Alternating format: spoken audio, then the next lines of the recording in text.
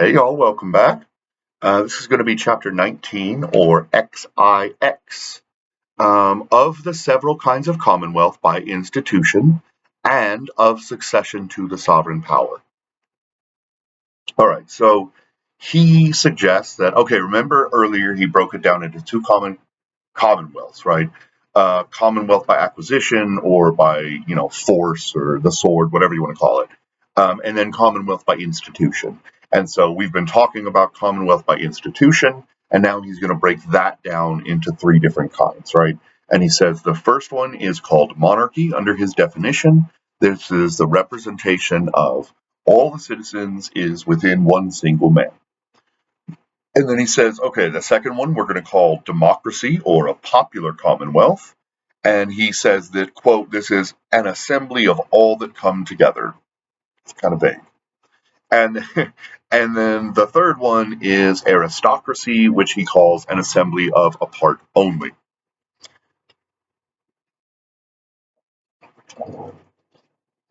And so basically he's going to come to the point that a true democracy is doesn't exist. It's not possible in the real world. It would be inefficient. It would be dysfunctional, and it just cannot be real in the real world. And I would kind of argue with him that he's a little bit right.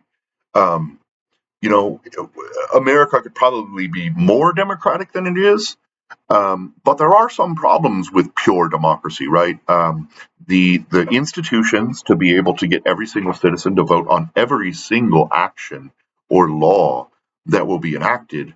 And not even that problem only, but also we have a lot of administrative bureaucracies which write that sort of write much more meticulous rules about what very vague laws mean. And so you would, under Hobbes, have to vote for those too, which means, Americans, every single citizen would have to be remarkably well informed about like every single policy. And then there are also problems of there are some things that the citizens cannot know, right?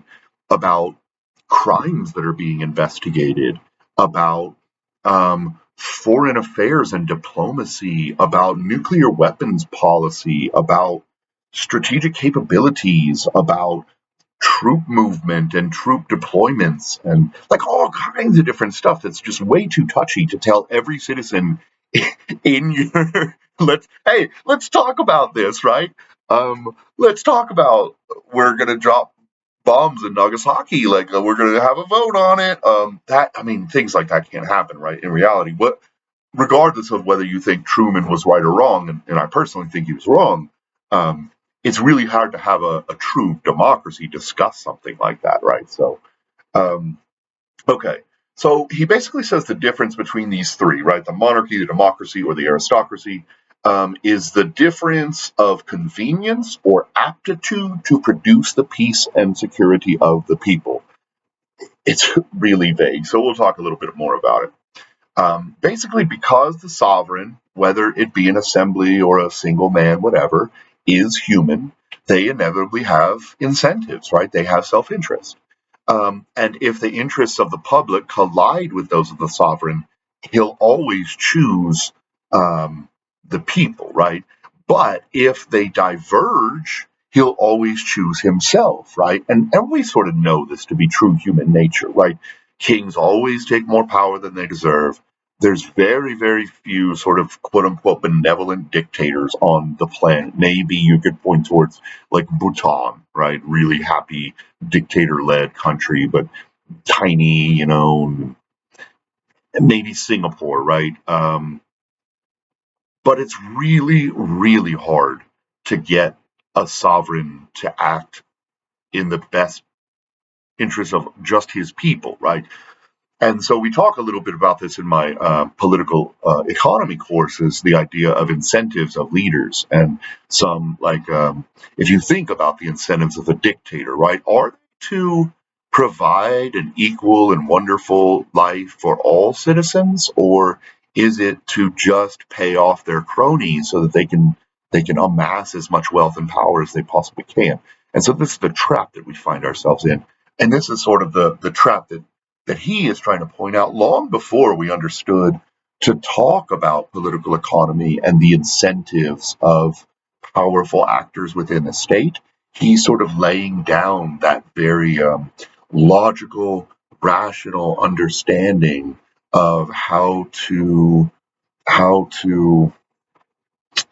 um, decrypt the actions of those in power. Okay, and so this will become a very, very powerful strand of economics. Eventually, is um, considering people to be rational actors and self-interested actors, and trying to understand how they behave in a mass circumstance given those individualized particulate incentives.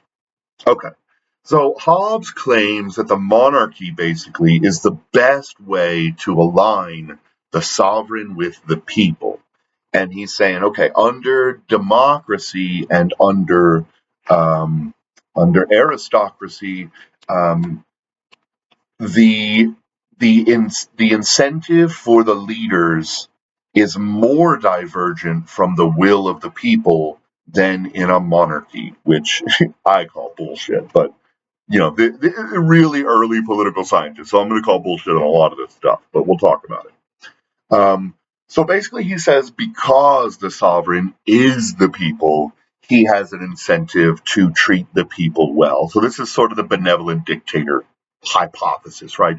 And this used to be espoused a lot. And there are a couple of reasons for that, right? One is because of the influence of religion in the West, of Christian religion and the Catholic Church, sort of using religion and power to legitimate the actions of those in charge of society, right? And so that sort of thinking is still in the air in the 1700s, 1600s, whatever you want to call it. And they're trying to move away from it, but you'll see in the text that he's still trying to tie legitimacy back to quotes in the Bible and things of that sort. But you also have to understand the position that Hobbes is in, right? An informer for the king. He's like an advisor to the King of England. So to try to water down the king's power as someone who is so close and sort of leeching off of that power, he also has incentives, right? Incentives to empower those who feed him. And so you got to remember what the context is in which he's writing these thoughts. Okay, so again, he says the monarchy is best because the sovereign is the people in a monarchy. Quote, now in monarchy, the private interest is the same with the public. The riches and power and honor of the monarch arise only from the riches and strength and reputation of his subjects. So, again, how many benevolent dictators do we actually find in the world, right? For no king can be rich, nor glorious, nor secure, whose subjects are either poor or contemptible, or too weak through want or dissension to maintain a war against their enemies. Whereas in a democracy or aristocracy, the public prosperity confers not so much to the private fortune of one that is corrupt or ambitious, as doth many times a perfidious advice, a treacherous action, or a civil war. And so he's saying, like, it's a lot easier to diverge from the public will, the best for every man, if you're in a democracy or if you're in an aristocracy, um, because they're more able to. I don't really understand what his argument is, to be perfectly honest. I do disagree with it, right? And I would ask you, do you agree, right? I think he's missing the point of checks and balances that our foundation, our Constitution writers were so um, sort of adamant on that an executive cannot have that kind of power, given what we saw with the King of England during the Revolutionary War in America, and even with the French monarchy during the terrors, right during the French Revolution. So they would disagree wholeheartedly with this guy about that. Okay, they would not disagree about his idea about incentives, though. that's a point that Jefferson and Madison and Hamilton and others hit on all the time, right? Men have incentives. Men are inevitably bad, like unless they can be forced to be good or convinced to be good through their society. So they wouldn't agree with the first part, but they would agree with the idea that a monarchy is somehow better for the good of the people. All right, number two. He also claims that the king is more likely to seek out an expert opinion than a democrat or an aristocrat. He claims that the other leaders are more likely to be sort of wealthy merchants and good orators rather than good leaders.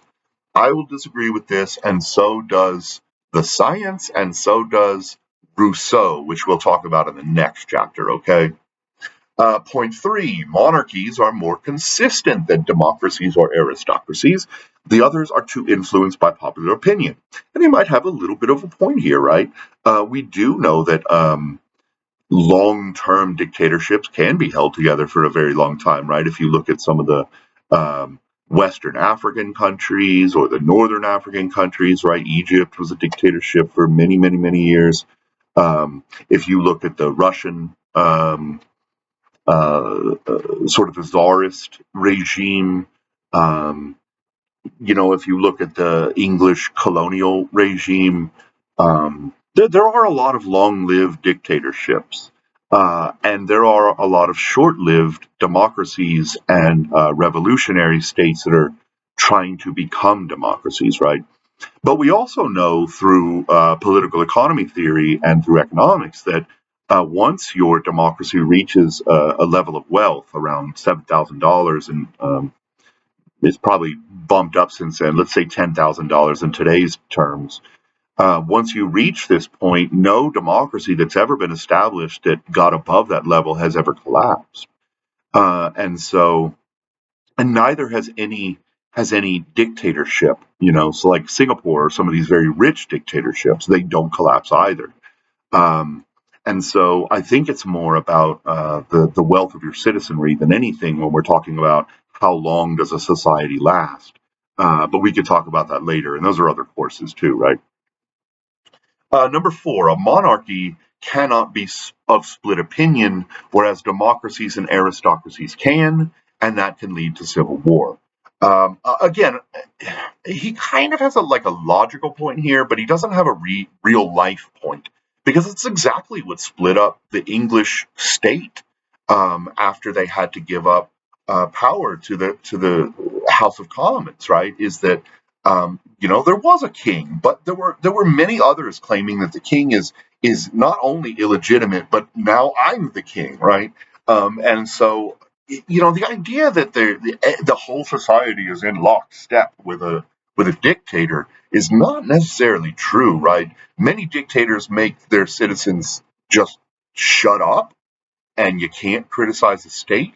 That doesn't mean there aren't some out there thinking bad things about the state and their leader or thinking about overthrowing him, right? Okay, number five, monarchs are thought to experience less nepotism. I don't get this one at all, right? I mean, every monarchy is rife with nepotism. And that's where you give your family and friends the jobs, the head jobs of the state, right? And so, like we know for a fact in statistical sense, autocracies and dictatorships are far more likely to fill their important branches with nepotism, with family and friends. Sometimes they even want them to be inept in their position so that they cannot wrest control from the dictator eventually. And so you'll see a lot of turnover in high military positions where, yes, they are their friends or family members, but they'll constantly shift them in and out so nobody has any real loyalty to them. Okay, number six. Turnover can be very painful and lead to civil war. Monarchy reduces this possibility. And this is because monarchies tend to have a hereditary line, right? It's called primogeniture. The oldest male line gets the power, and then it moves to if there's no male, then it's the daughter. And then if there's no kids, it's like the oldest uncle or brother or whatever. It's called primogeniture. It's basically the reason for passing down power through the European system for 1,000 years or more. And he may have a point about this, right? Democracies can be really messy sometimes when you're changing parties, as America knows after 2020. Um, and dictatorships can be messy if there's not sort of a line of succession already drawn in the ground. So that may be like the very one point I actually agree with him with on his sort of tirade on why monarchies and kings are the greatest system there could ever be.